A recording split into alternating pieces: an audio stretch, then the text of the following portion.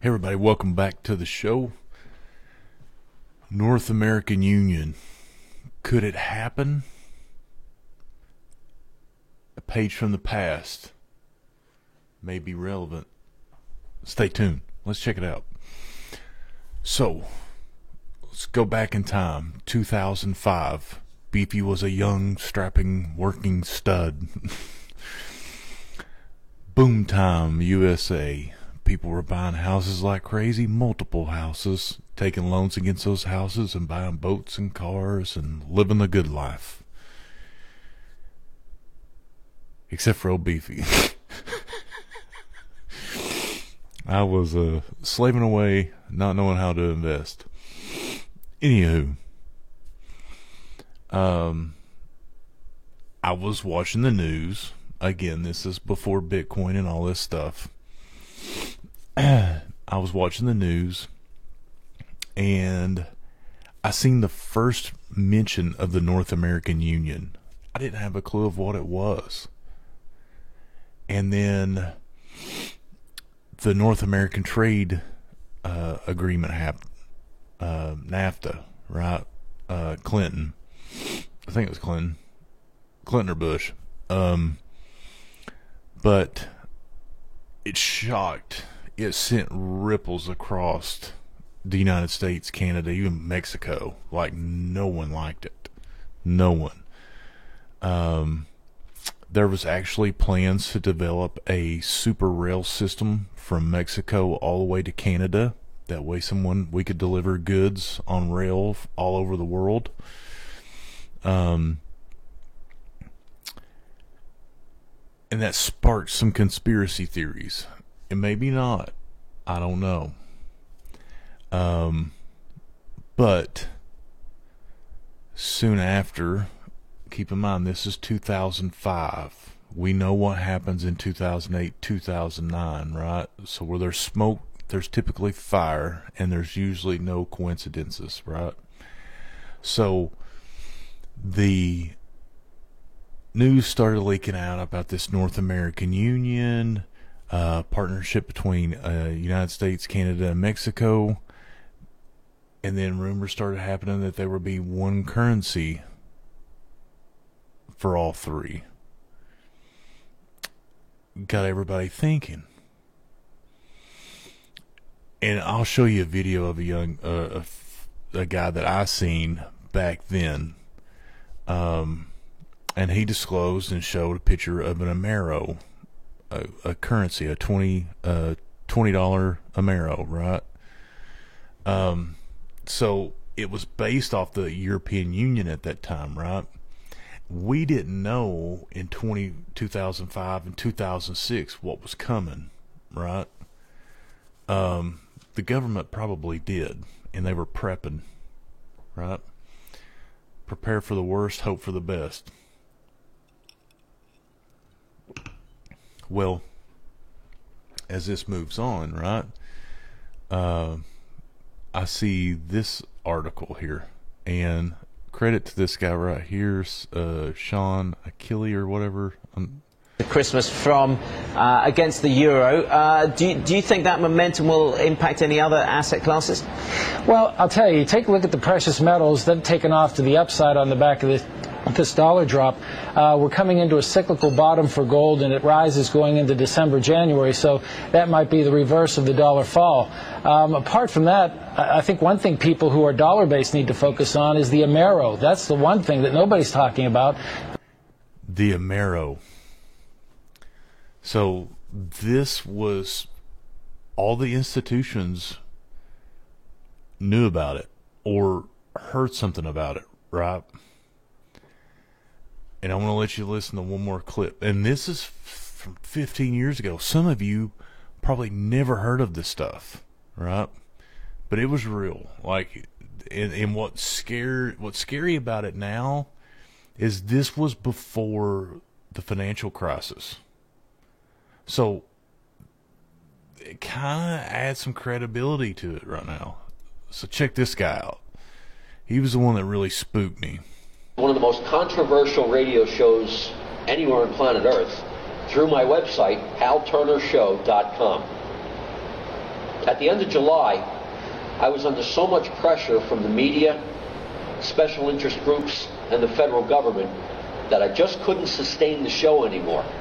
They used every tactic possible to get me off the air because I was revealing information that they didn't want the public to know. Earlier this week, I published on my blogspot, which is halturnershow.blogspot.com, a story that the United States government shipped 800 billion Ameros to the China Development Bank in preparation for the collapse of the United States dollar as a currency. A lot of people around the world visited my blog. Many were astonished that this claim was being made, and a lot of people thought it was a hoax. So this guy actually shows an Amero coin that was minted in the Denver Mint, right? It's hard to make out, but it looks pretty legit. Well, ladies and gentlemen, it wasn't a hoax. I have one of the Ameros from that shipment. This is an Amero. Now, hopefully the camera can zoom in enough so that you can see the face of the coin. And now I'm going to turn it around so that you can see the reverse of the coin, because the reverse is really important. It says Union of North America along the top. It's got an eagle. Here it says 20 Ameros. The number 20 is down here. North America, the map, a highlighted relief of North America is in the center. Big A on this side, and what's most important, right down here below the A, I hope you can see it, is the letter D. Get up and show you that a little bit. Maybe we can bring the camera in closer. We're looking for the little letter D in the bottom below the A. That indicates that this coin was minted at the Denver Mint in Denver, Colorado. And what's even better is on the front, at the bottom, look at the year. This was minted in 2007. So, just think about this with me, right? The United States sends $800 and some billion to a development bank in China as a precaution to a United States collapse. They probably knew the great financial crisis was going to happen. Someone knew that it was highly likely that the dollar may collapse, right? So as a precaution, we were probably sending these out to other debtors, saying this is going to be the new currency. If this thing collapses, we're going to form a North American Union. This will be our standard currency. Here it is, right? And who wouldn't take it, right?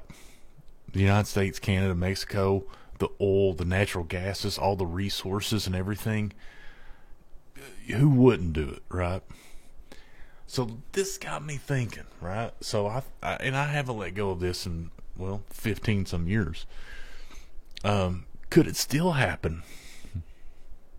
Yes, it could very well still happen. I've said in prior videos that I think the United States has 1 to 2, maybe 3 more boom and bust cycles left before the dollar collapses, before emerging markets say no more. We cannot deal with the dollar anymore. We've got to go to something else. And I don't think it's going to be the yuan. Everybody thinks China is going to be it. It's not going to be China. It's going to be India. People's got the misconception about China. Their population's going down. Yes, they've still got 1 billion people. But guess what? Those 1 billion people don't want to live in abject poverty anymore. They want to have a home. They want to have a car. They want to send their kids to college. You're not going to do that making 60 cents making Nikes. They're demanding higher wages. Well, guess what? You're going to have India surpassing that. India will be the new kid on the block. if the dollar collapses, most emerging markets will go with the Indian currency, right? I'm not saying the dollar's completely done, but if that happened and the United States couldn't repay its debt, the world would fall into a global depression. Houses would have to be reordered. And it makes perfect sense at that time for the United States, Canada, and Mexico to form a union. And I honestly think that's where the rest of the world will go. You'll have a Eurasia Union. You've already got the European Union. You'll have an African Union. You'll have a North American Union and a South American Union. I think it's a part of the bigger plan, maybe a global reset or whatever, where the countries have shrunk. They're easier to maintain, and we've got a new currency. Anywho, that's just my speculation, my conspiracy theories and stuff like that. I've been holding on to this stuff for 15 years, and I said, you know what? I think I'm going to share my opinion. So you can either say, Beefy, you're batshit crazy, or I dig what you're cooking. Like and subscribe. Enter in a chance for win $250 once we hit 250 subs. To the next one, guys. Beefy out.